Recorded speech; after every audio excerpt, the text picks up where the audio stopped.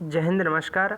अगर आप भी राजस्थान के मूल निवासी हैं और राजस्थान सामाजिक सुरक्षा पेंशन योजना का लाभ लेते हैं तो आपके लिए ये वीडियो बेहद महत्वपूर्ण रहने वाला है, क्योंकि आज के इस वीडियो में हम बात करने वाले हैं राजस्थान सामाजिक सुरक्षा पेंशन योजना। चाहे वृद्ध, विधवा या विकलांग पेंशन योजना का लाभ लेते हो तो उनको लेकर कि आप सभी के लिए क्या बड़ी खबर है। साथ ही साथ आपकी जो पुरानी दर है, यानी कि आपको 1350 रुपये की जो राशि मिलती थी, लेकिन अब जो है अब आपको 1450 रुपये की जो राशि है वो अप्रैल 2024 से मिलने वाली थी। लेकिन इसी बीच जो आपका अप्रैल माह का जो बिल जनरेट हुआ है वो सिर्फ 1300 रुपये का ही बिल जनरेट हुआ है।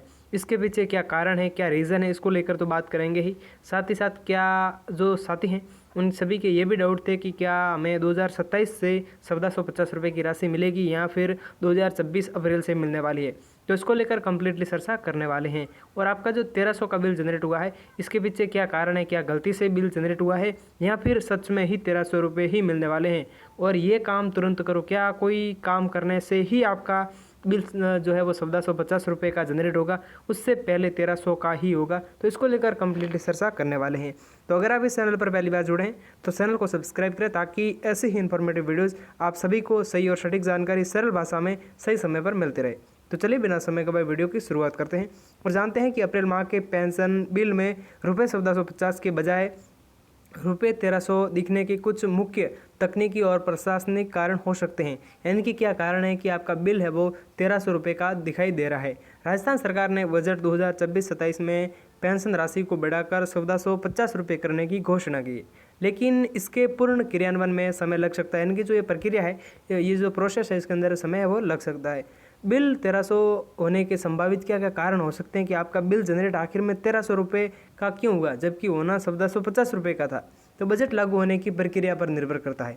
जी हाँ, पेंशन में रुपये 150 की जो अतिरिक्त बढ़ोतरी, यानी कि जो 1300 रुपये से बढ़ाकर के 1450 हुई है, वह नए वित्तीय वर्ष यानी कि अप्रैल 2026 के बजट प्रावधानों के तहत है।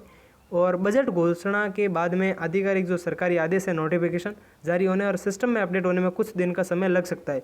यानी कि जो आपकी बजट लागू होने की जो प्रक्रिया है, इसके अंदर जो है वो प्रोसेस चलता रहा और जो आपका 1300 पिछली बार जनरेट हुआ था वो ही इस बार हो गया हो, ये भी एक कारण हो सकता है।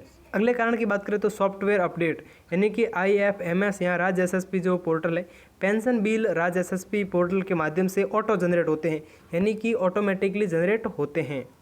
तो बिल जो है वो ऑटो जनरेट होते हैं, यानी कि ऑटोमेटिकली जनरेट होते हैं। और पोर्टल पर जो नए स्लैब यानी कि जो 1450 रुपये को अपडेट करने में देरी की वजह से जो पिछला अपडेटेड जो स्लैब था, यानी कि 1300 रुपये का, वो ही बिल में दिखाई दे रहा होगा। ये भी एक कारण हो सकता है। अगले कारण की बात करें, एरियर के रूप में भुगतान। कई बार सरकार जो है वो चालू माह का बिल पुराने दर पर ही जनरेट कर देती है, यानी कि जो जहाँ से बदलना होता है उस माह से नहीं बदल कर, यानी कि जो सिस्टमेटिकली जो चलता आ रहा है सिस्टम, उसी हिसाब से वो बिल बना देती है और बढ़ी हुई राशि का भुगतान अगले महीने एरियर बकाया के साथ एक मुश्त कर दिया जाता है। यानी कि मान लो आपका अप्रैल महीने का जो बिल है वो 1450 रुपये की बजाय 1300 रुपये का ही जो है वो जनरेट हुआ है। तो हो सकता है कि अब की बार आपको 1300 रुपये ही मिले और अब की बार जब 1450 के साथ में 150 रुपये और मिलकर है जो आपको पेंशन राशि मिले, ऐसा भी हो सकता है।